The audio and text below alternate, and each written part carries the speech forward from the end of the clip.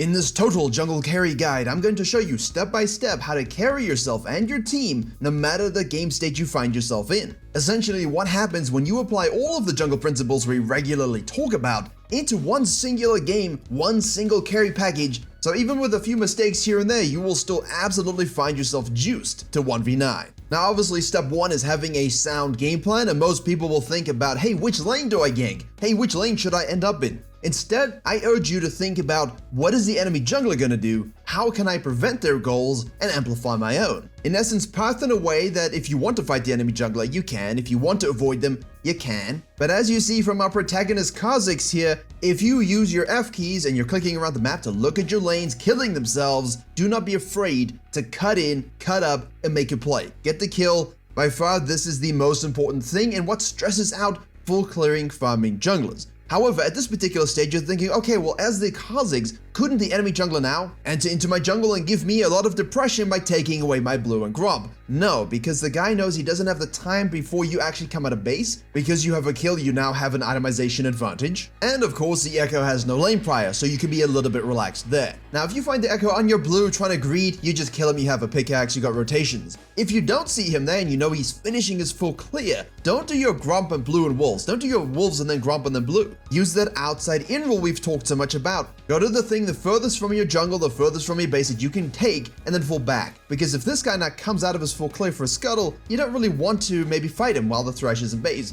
Maybe your bot lane is losing and you simply can't get away with snacking it. The Kha'Zix does the grump to guarantee that edge camp is going to respawn sooner, higher experience for himself, and then goes to the scuttle in case the Echo greeds to take it away, guarantee experience, and now force the Echo to go to the top side. That's exactly what we want to do. And if you're a jungler that's struggling with your pathing goals and having those win conditions and knowing exactly how to use your lead to close, you absolutely must head to Virkayu.gg. Not only do I have a free jungle improvement resource, I also have a dedicated program with jungle video courses, jungle coaching classes, a jungle VOD library, special weekly content you'll see nowhere else. All of this available through a premium jungle Discord, which is highly active, a huge community that help each other climb using my jungle program and courses. As we have seen by everybody hitting their peak rank goals in Split 1 and Split 2 of Season 14 as fast as possible. So to climb faster than everybody you know and to jungle div every game you play, head to Virkayu.gg or click the link in the description below. Here's where things can get a little tricky from a 1v9 carry jungle perspective, so pay attention. If you now do your blue and wolves after you finish the Scuttle Crab,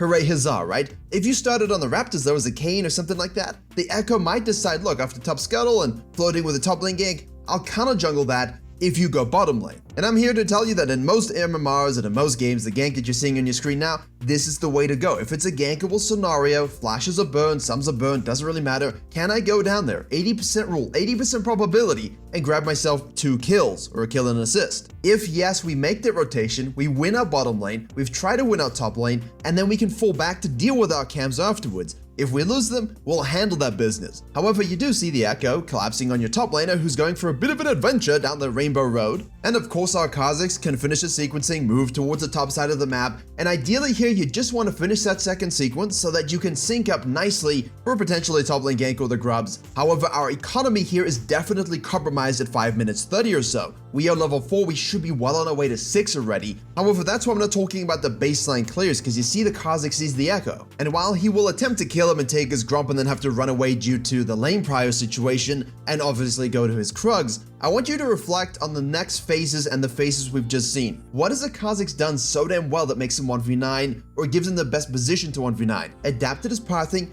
and had no hesitation. Aggressive, power moves, but always rooted in good risk assessment. No matter what you're playing, no matter what your early game is, have good risk assessment. Now, obviously, that's gonna suck initially, but you will get better at it, trust me. But this is where the cool stuff happens. You fall back to your Krugs. Now you know, looking at the map state, okay, I can do the grubs. You also see that the Echo is pathing downward. Now, the Echo has to make a conscious decision here to contest the grubs. If he does, you'll try and kill him, and you should succeed. He doesn't, so he full clears all the way down. Great. But that also means a blue buff is all alone, and like in Blade Runner, you can fix that. If we ignore the she's really beautiful and Kha'Zix is, you know. I'm just gonna stop right there. You know that the Echo's on the bottom side of the map? You can go back to base. That is a free brutalizer and of course Tiamat. Your itemization here is largely irrelevant. Whatever your 1v9 champion is of choice, make sure your atomization is obviously based, perfect, and smooth. In this case, he wants to go for that profane activation and full clearing tempo. Now, in case you missed it because you were listening to the stories of the jungle, the Echo in fact did grab himself another kill,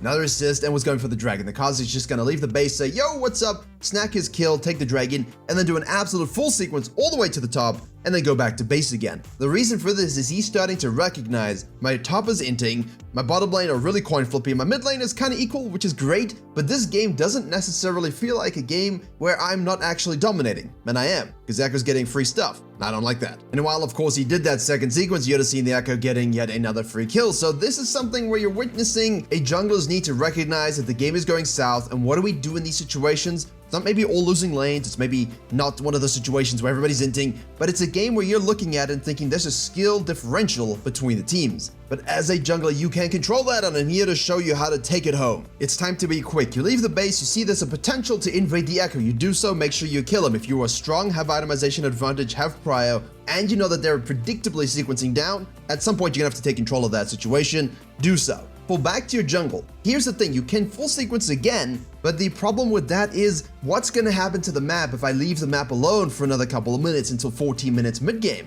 I don't think good things. So you shadow mid lane, you watch that, you look for top gank. If it's possible, you go for it. If it's not, you go for counter jungling. Otherwise, you can wait for the grubs or finish up your top quadrant. You have 3 options as you cross over mid lane here, and that's a nice thing about this. The Echo is compromised and might feel the need to go to the bottom side of the map to try and force things to snowball this bottom lane, right? Jhin is hard winning. Let me snowball this guy. And I want that. No grub for counter jungling, top lane for a kill, grubs for a snag, top lane for a kill again. Now I know I'm so far ahead, the Echo just can't afford to contest the rivers with me, even in a winning game state for himself. So I can fall back to my Krugs, go back to the base. I very much have over 6,000 gold in 14 minutes, which means I can carry this game. Don't have the experience because of the nature of the fights and being everywhere a little bit. That's okay, we can live with it. But you can see here how quickly we go through the early game as he goes back to base to get back in time for the dragon. You'll see a little bit of floating before that dragon snack. And this is in a nutshell what I'm trying to explain to you here. The Kha'Zix is in control even if there's chaos around him. The Echo's been given free kills and free ability to get gold even if he didn't earn it or deserve it. However, a good jungler controls his own jungle camps, controls at least some of the objective flow, makes good rotations for ganks when they're available because he's FKing and paying attention to the game.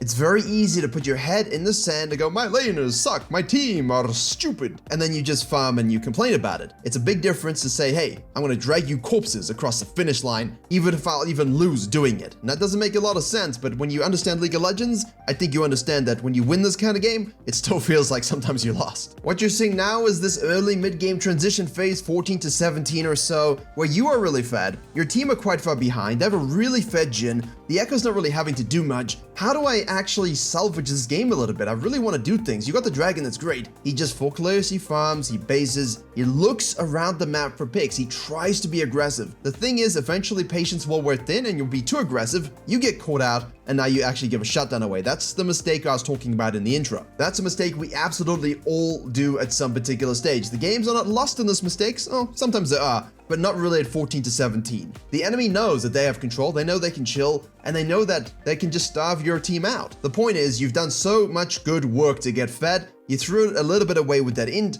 Now it's like, okay, look, I'm gonna respawn. We're gonna lose the Herald. There's nothing we can do about that in my opinion. So let me just go and try and make a pick on someone who's split pushing beyond the vision line. In this case, Yone, what's up? Goodbye. And here's where you separate yourself as a 1v9 jungle Kha'Zix carry machine versus your Twitter bone voids. Kills need to become objectives in some capacity. Now, you might not necessarily hit a turret directly, but you should apply the pressure on the map that allows your team to do exactly that, especially if you have grubs. Look for those shells, look for those deep counter jungles, look for the scans into the bush picks, look to make a nice flank with your Kha'Zix E-Evolve. You got that reset? Use it. As long as you hit the turret for more than 45 damage, you should honestly be in a good position to push the map forward. You see the Kha'Zix now flank around a little bit, make a few pigs. We have a great team fight. As an assassin, here we're in and out, we're positioning well. You're ensuring the picks, the resets, the control. You are not diving in and dying. You are not waiting for their CC to be up and then getting CC'd and killed. If you're a fighter, you're learning to either engage engage and disrupt, or peel for your AD carry who might be fed. Know your role with your champion class. If you're Fiddle and you're waiting for that dragon, control Fog of War, make a hippity-hoppity giga ult over the wall, eviscerate souls. You're the 1v9 guys. Only you know what your champion can do in this particular moment with 2 to 3 items. Only you can control the outcome of the game. If you make a mistake now,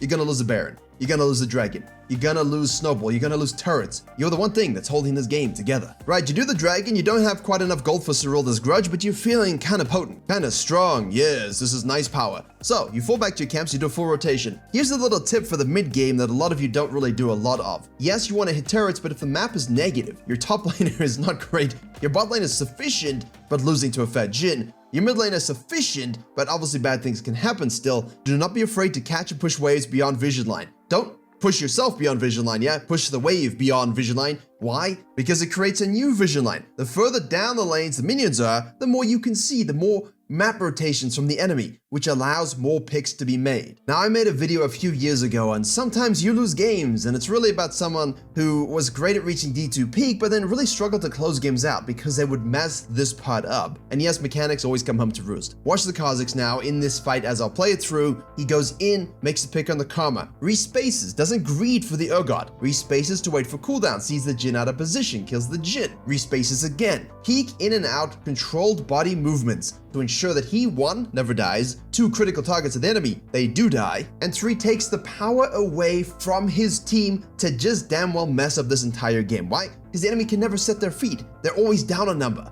And that's something that you think, oh, well, that's an Evelynn, that's a Rengar, that's a Kazakhs. Yes, he succeeded in doing this as an assassin and then took a Baron. Look at this game for me. If you won this early game this hard, you should also have no problem controlling and winning this game. Yeah, Katarina's a bit of a disgusting champion. Yeah, a lot of things are weird about Milio, but this is what understanding compositions in solo queue is about. It's not about, hey, you first picked Braum. Man, if the guy's a Braum one trick and knows how to play it into any matchups, let him be. Your job is to figure out how to maximize your carry potential as a jungler to actually win the game. And as you can see from the damage from some of these Zyra highlights, I got fed, I controlled the narrative, I was killing the primary targets, and this is what allowed the game to be won. And look at this Nunu clip, and I only pick it because most people are absolutely raging psychos yelling at the top of their lungs, basically inting on the champion. But whenever a good old-fashioned Nunu wants to climb up, or any tank play wants to climb up, they build more normally, and you can see here, they're not gonna one-shot the back line and do what the Kazakhs did, are they? But they're gonna sit next to a really fed member to peel, amplify the passive of other members of the team, disrupt and engage, use zoning tools. The whole point of your champion class is to understand that when I'm 1v9, at 20 minutes into the game, can I do what needs to be done, the needful of my role and class in this composition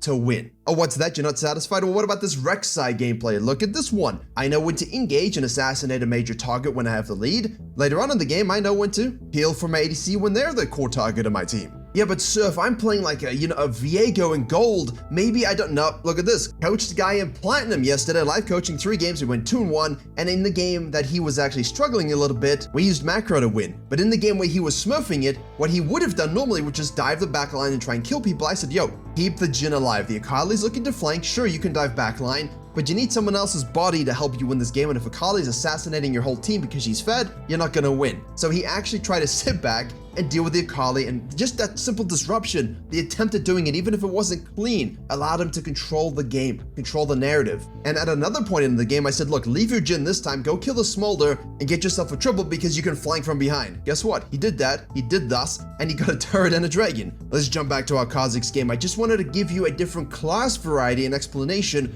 of some examples of where this 20 to 25 minute, 30 minute fighting is the big differentiator between a challenger Kazakhs being fed and carrying to 1v9 and when you're the Kazakhs and fed and you can't. Now, I'd like to lie to you and say there's some high-level macro that we need to do, but oftentimes in solo queue, you don't really need high-level macro. Why? Because we use this simple concept, the swoop method, and push the map. The swoop method you've been seeing for most of this video. It's where he moves side to side throughout the rivers, getting in the jungle, shadowing his team, making the picks. Pushing the map means, look, I got Baron, got Dragons, I got Grubs, I got Heralds. Why would I go farming when my team's ready to push? Why would I go farming when I have the Baron and we can, push? So go into the territory, make a pick if they step out of position. Push a turret or shadow your team pushing a turret, especially if you're a Fiddle or an Evelynn You might not always want to hit the turrets, you might want to play Fog of War there. If they step up, you kill them and assassinate them. Apply that to your chosen class of choice. If you're Ivern, you're putting bushes and eating people spam. Of course, the Kha'Zix here is able to run it down in the most successful of ways to 19 kills before he dies as the Nexus explodes, but that is in essence what is required at a high level, quick thinking, full of adaptation. Yes, your game plan might be one thing, but can I then adapt and still maintain that game plan while carrying like a beast? And if you want to understand how to do that a bit better, the video on your screen will teach you some valuable carry tips that might help explain this video a little bit more.